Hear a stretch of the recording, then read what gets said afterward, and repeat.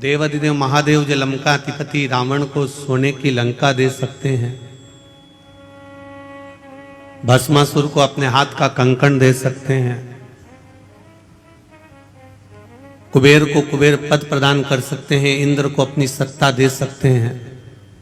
भगवान नारायण को जो लक्ष्मी प्रदान कर सकते हैं, भगवान राम के लिए स्वयं समुद्र के किनारे रामेश्वर के रूप में विराजमान हो सकते हैं, जो भगवान कृष्ण के लिए नागेश्वर और सोमनाथ के रूप में विराजमान हो सकते हैं, जो संपूर्ण विश्व के कल्याण के लिए केदारेश्वर बनकर विराजमान हो सकते हैं, वो देवाधिदेव महादेव आपको भी कथा श्रवण करने वाले को भी खाली नहीं छोड़ सकते, वो भी कुछ ना कुछ आनंद दे ही सकते हैं, क्योंकि ये शिव भक्ति ही कुछ ऐसी है। तेरी कृपा बिना न हिले एक भी अणु,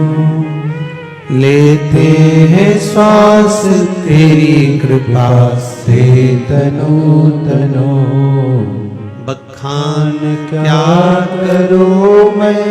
राखों के ढेर का, चपटी भवोत में है खजाना कुबेर का। महाराज अभी पूज्य गुरुदेव अपनी वाणी से कह रहे थे कि ये पुराण है,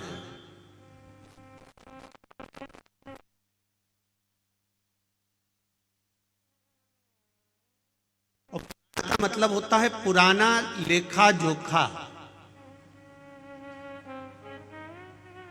जो आज का नहीं है।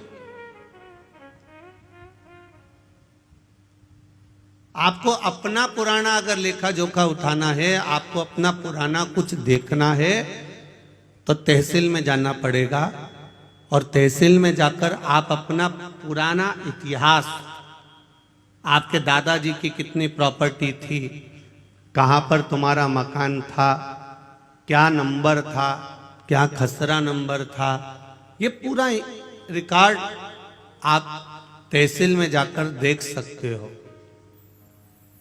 तहसील में जाकर देखा जा सकता है।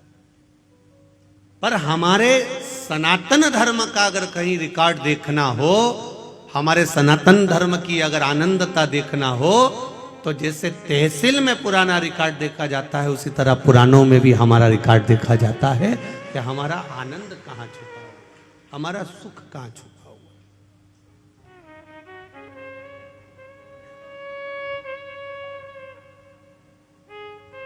शिव भक्ति सारी समस्या का हल, एक लोटा जल। आप शंकर के द्वार जा रहे हो, शिव के द्वार पर पहुंच रहे हो, शंकर भगवान को एक लोटा जल समर्पित कर रहे हो, एक बेलपत्र अगर आप देवाधिदेव महादेव को चढ़, सहजता है मेरे देवाधिदेव महादेव को तुम्हारी दौलत, तुम्हारी संपदा, तुम्हारा वैभव, तुम्हारा धन, उससे कोई मतलब नहीं। अगर दौलत से मतलब होता मेरे देवाधिदेव महादेव को, तो रावण ने भगवान शंकर से कहा था, भोलेनाथ कैलाश पे रहते रहते तुम्हें बहुत समय हो गया, अब मैं तुमको लंका लेकर जाना चाहता हूं, सोने की लंका में आप रहिए, स्वर्ण की लंका में आप विराजमान रहिए, चलिए मेरे साथ, आप सोने की लंका में चलिए। भगवान जानते हैं कि ये लंका अधिपति रावण है,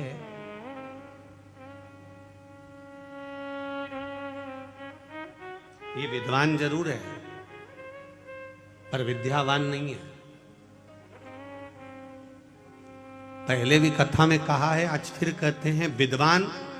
और विद्यावान में अंतर होता है।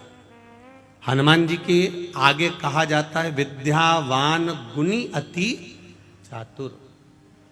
पर रावण के आगे कोई भी ये नहीं कहता कि ये विद्यावान है, रावण के आगे लोग कहते हैं ये विद्वान है। इतना विद्वान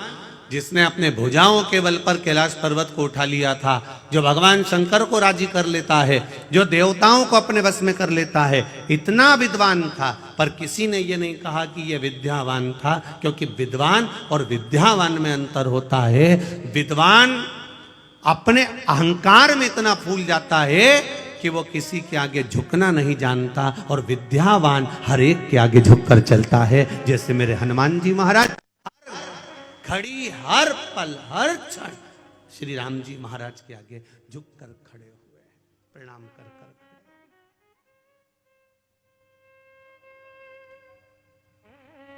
मेरे राम जी महाराज के आगे मेरे हनुमान जी महाराज हमेशा नम्र होकर झुककर खड़े। क्यों? क्योंकि विद्यावान गुणी अति चातुर। विद्या जिसके भीतर विद्या सही तरह से प्रवेश कर जाती है, जो ज्ञान पूर्ण तरह से आनंदित कर कर प्राप्त कर लेता है, वो झुकना सीख जाता है।